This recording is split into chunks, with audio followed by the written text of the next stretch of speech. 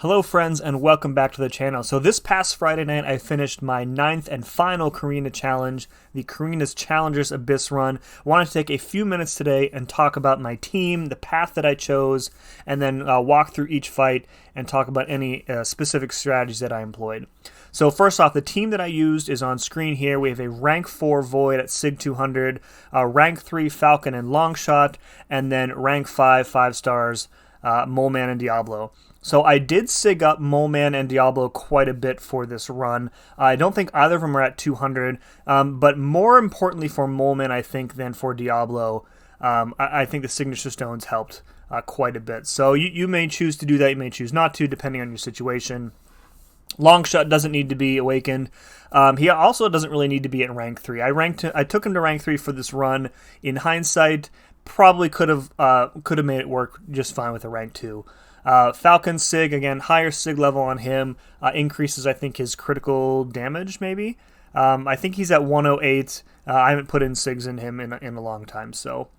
All right, let's bring up the path that I took. So I did a modified path. I started out on path 3, and then after the champion split here at the bottom of your screen, I switched on to path 1 and finished the rest of the run on the easy path. And the reason I took this path again, as I've said in previous overview videos, I was really interested in using these challenges to work toward exploration of the Abyss. So I did a 5-3 split for the Mutant Challenge, so I had the first half of Path 5 done, the second half of Path 3.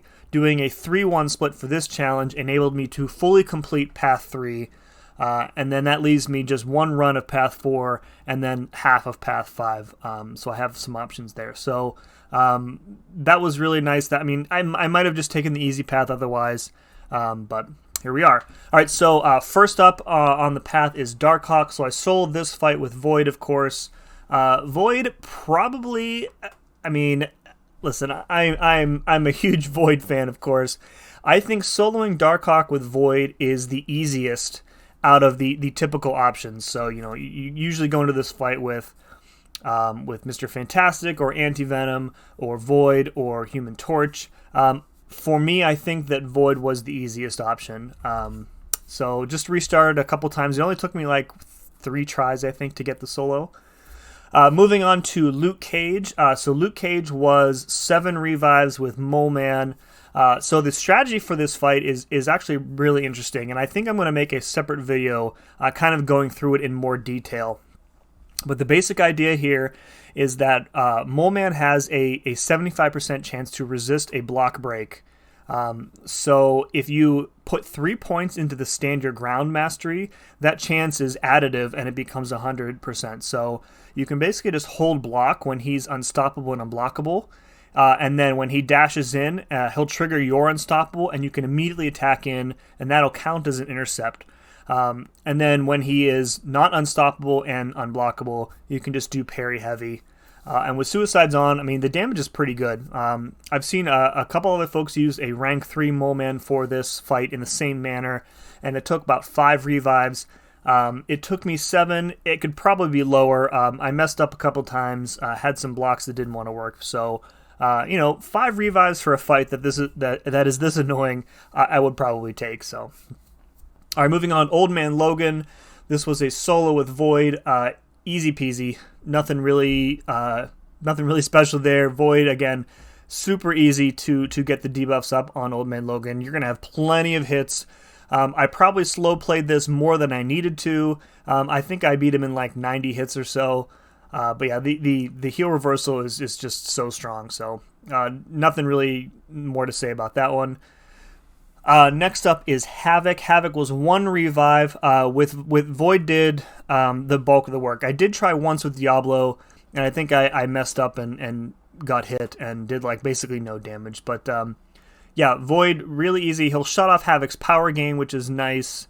Eventually reverse it, of course. So with Void and Abyss, you kind of need to find like a really good balance between playing too aggressively when you're gonna, you know, because then you'll run out of hits too soon, and playing it too slowly.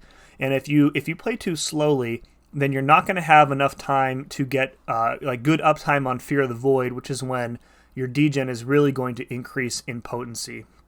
So what I kind of found worked for me was really doing like sticking to like medium or medium combos.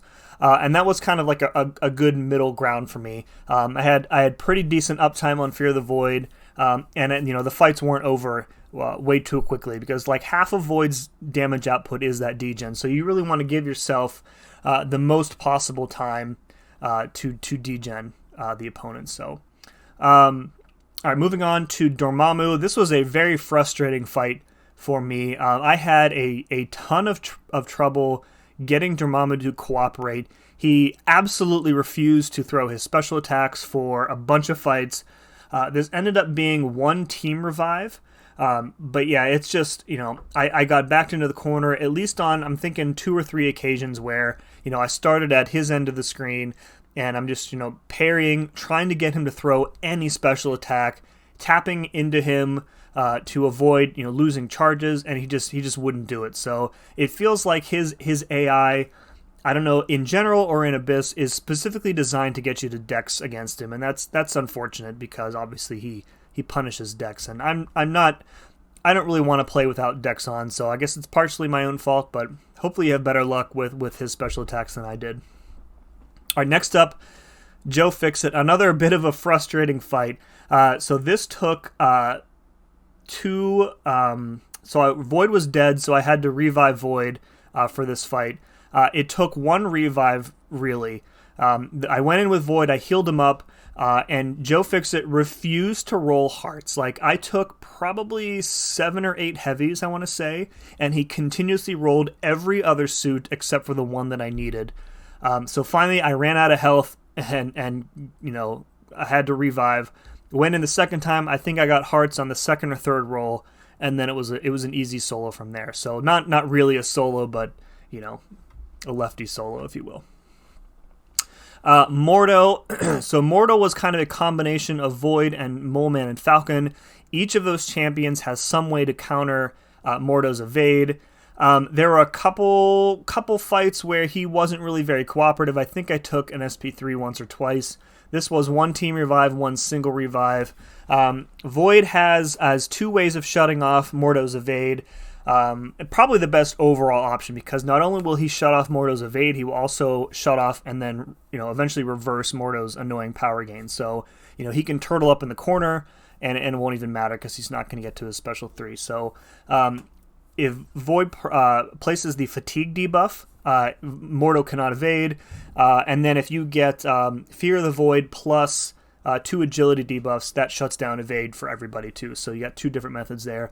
Falcon, of course, has locked on to stop the evade, and Mole Man has permanent true accuracy. So kind of whittled him down with a combination of those 3 champs. Again, 1 single revive, 1 team revive there. All right, let me maybe move this up a little bit. All right, so next up was Venom the Duck. This was 2 revives with Longshot. This was really the first time that I'd ever used Longshot in like any form of like serious content. I ranked him up again specifically for this challenge. I'm not the biggest fan of him. He's fine. He's not a bad champ. I was also running 4 out of 5 Mystic Dispersion, and especially in this fight, I feel like that is way too much. But I didn't really want to spend the units to lower that amount. So if you can get yourself into a good rhythm where he's throwing the special 1s and you can immediately parry and throw your special 2 and just kind of cycle stuff from there, the fight is probably going to be much easier. Again, I was gaining way too much power, and when you are stuck throwing your special 3 and it has that lengthy stun afterward, and he's got the power gain going, it gets really messy. So I would recommend, if you are going to do this fight with Longshot, then you should probably lower your Mystic Dispersion to maybe 3, maybe even 2. 3 is probably going to work for you. If you have a higher ranking like Diablo or Morningstar, who's also a Carina's Challenger, this fight's going to be much easier for you. So, again, 2 revives there. All right, next up, Howard the Duck. So Howard the Duck was 2 revives and a team revive. I was trying my best just to do like Mole Man, like parry heavy, again, while Frenzy was up to get the guaranteed crits. I did quit out at 61% And then I went back in with Void. I got all of the Fear of the Void and the Petrifies up. Then got rid of his indestructible charges. And I was lucky enough to get the regen on the 60%. That whittled him down quite a bit. And then when I got to 30, he came in and I missed a block. And I went for the reparry, and in the like 2 frames between the missed parry and the reparry, the little processing text came up, and the parry immediately canceled it. So I have no idea if I would have gotten a second regen. Really unfortunate, really unlucky. Was not willing to back out at that point, so I just finished him off pretty much with Mole Man. All right, moving on. Hyperion. Hyperion was a bummer. He was very, very uncooperative for me. This was 7 revives with Longshot. Just took a bunch of SP3s. He was not willing to do what I needed him to do. Really struggled on this fight for some reason. Not much else to say. It's Hyperion. Sometimes he just doesn't want to throw them specials. So, all right, moving on to the champion. This was 3 revives with Diablo. This is really the fight when I kind of like Diablo finally clicked for me, I think. I did this fight off stream prior to my stream on Thursday night, I think. And this was kind of when I really figured out how to use Diablo the best. And I really started to enjoy using him. So really happy with this one. His Essence of No Pre-Fight, very useful. Figuring out how to get the vials up and increase his damage and kind of just learn his cycle, I think was really good for me there. So happy with that performance. Moving on to let's move this down again. Moving on to probably my favorite fight in the Abyss overall, which is Red Cyclops. This was 6 revives with Diablo. I think I had Suicides back on for this fight. It definitely could be lower than 6 revives. I messed up a few times. But I think I did hit the hit counter, the maximum hit counter on a couple of runs, so pretty happy with that. Again, as long as you understand the fight, it's a lot of fun. Not much else to say. For Loki, for Loki, I used mostly Diablo. Again, I kind of took me a few retries to kind of get into the best way to approach this fight with him. So with Diablo, what I ended up doing was using no pre-fights, so that you start with maximum vials, and then you want to get to throw 2 special ones, so you get up to 8 total vials, then build yourself up to a special 3, and that's really where your maximum damage output is going to come. Alternatively, you could do this with just parry heavy with Mole Man and Frenzy. That's certainly an option. I think I might have. Let me check here. I went in once with Mole Man, and I didn't. It was only 50 hits I got off. But with Diablo, I think I hit the Abyss hit counter on every run. So that's a good time for Diablo. And if you have a better Diablo than mine, of course, it's going to be even fewer revives. So 4 revives total on Loki. Moving up to the top here, which is Egon. Egon was 3 revives with Longshot. You can definitely solo this fight with Longshot. For me, I think both deaths were because Egon evaded the second hit of Longshot's heavy and immediately killed me, because he had the Furies up at that point. So it's just bad luck. But yeah, you can definitely solo this fight with Longshot, of course. Invisible Woman was 6 revives with Mole Man.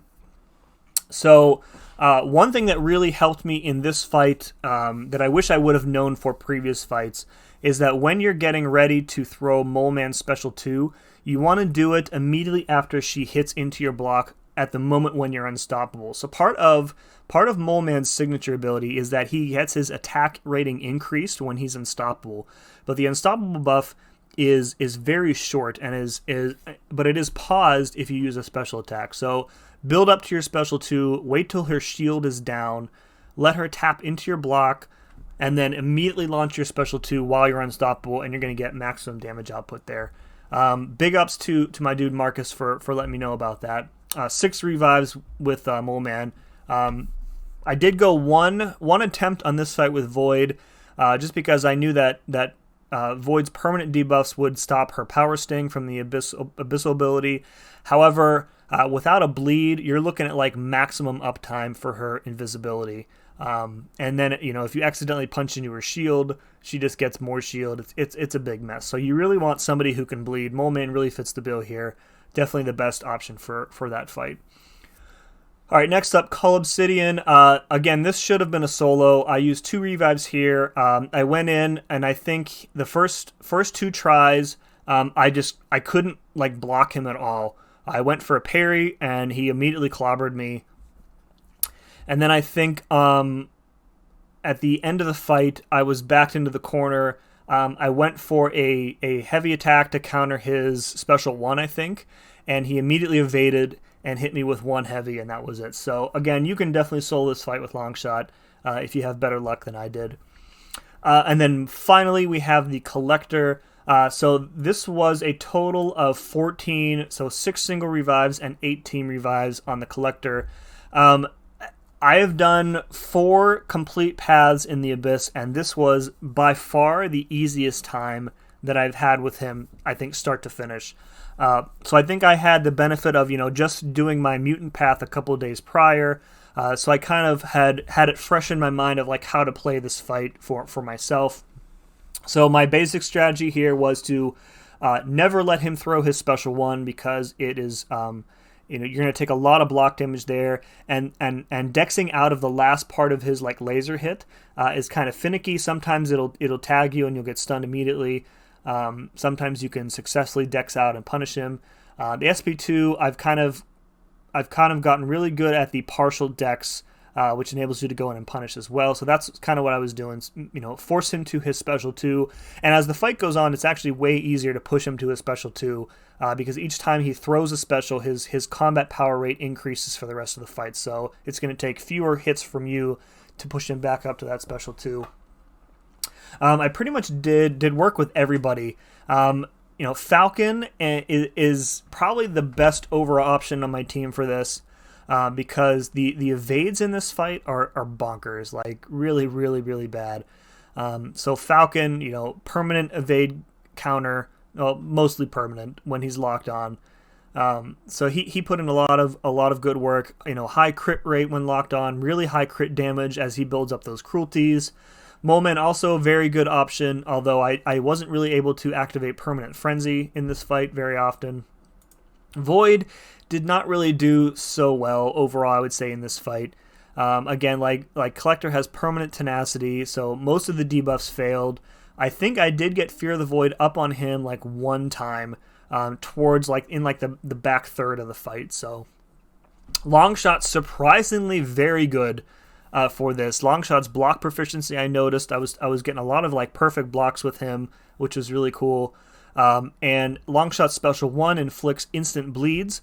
So during the fight, the Collector will become immune to bleed debuffs, but instant bleeds will still affect him. So if you're playing with Longshot, just forget about the SP2 rotation, stick to your special 1, and go from there. And then who was my other teammate? Diablo. He was fine. Without suicides on, Diablo's damage significantly lower than otherwise. But he still has really good sustainability. And if you throw your special 1, the Collector's never going to attack into you when you're drinking your potion there. So you always have like a good opportunity to recoup some health. So again, a total of 14 revives. Let's go to my overall stats for Carina's challengers. All right, so a total of 52 single revives on this challenge, 12 total team revives, and again, the vast majority of those, 8 of the 12, were against the Collector himself. Potions, I used 199. I had farmed about 200 L3 potions, and I had a bunch of others just sitting in the stash, including like romance ones from February. I did not run out of potions, which was absolutely amazing to me. And then the most important stat, 0 units spent. I did switch up some masteries, but again, I don't really count unit usage for masteries, only for items.